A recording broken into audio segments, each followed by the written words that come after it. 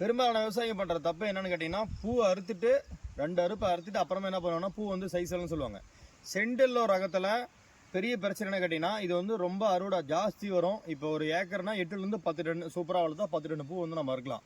ஆனால் அந்த 3வது அறுப்புலேருந்து பூ வந்து ரொம்ப சின்ன பூ, பொடி பூ வந்துடும். அந்த பொடி பூ வந்து நம்ம 100 ரூபா 150 ரூபா போனோம்னா பொடி பூ என்ன பண்ணுவாங்கன்னா ஒரு 70 ரூபா 80 ரூபா 90 ரூபா அதுக்கு மேலே வந்து போடவே மாட்டாங்க. இப்போ எப்போ வந்து அந்த பொட்டாஸ் உரங்களை கொடுக்கணும் அப்படின்னா, இங்கே வந்து பாருங்கள், இப்பயே வந்து இந்த மொக்கு வந்து ஸ்டார்ட் ஆக ஆரம்பிச்சிச்சு. இந்த மாதிரி ஸ்டேஜ் ஸ்டார்ட் ஆகும்போது நம்ம என்ன பண்ணோம், இங்கே பாருங்கள் இதெல்லாம் ஸ்டார்ட் ஆகிடுச்சு. இந்த ஸ்டேஜ்லேயே நம்ம என்ன பண்ணோம்னா எம்கேபி, அப்புறம் இந்த 6042 1314 எஸ்ஓபி, பொட்டாசியம் சூனட்டு, அப்புறம் வந்து இது மாதிரி ரெகுலராக இந்த பொட்டாஸ் இருக்கிற உரங்களை கொடுக்கும்போது என்ன ஆகுனா, சின்ன பட்ஸாக இருக்கிறது வந்து நல்லா பெருசாக ஊறும்.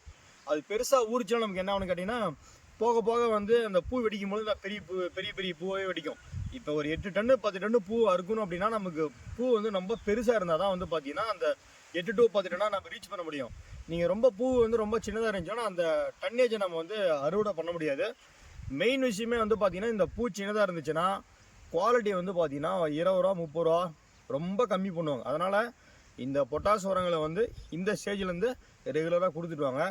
இந்த தகவல் வந்து சாமந்தி போட்டிருக்க எனக்கு ரொம்ப பயனுள்ளதாக இருக்கும். ஸோ சாமந்தி போட்டிருக்க நண்பர்களுக்கு ஷேர் பண்ணுங்கள், மறக்காமல் ஃபாலோ பண்ணிக்கோங்க.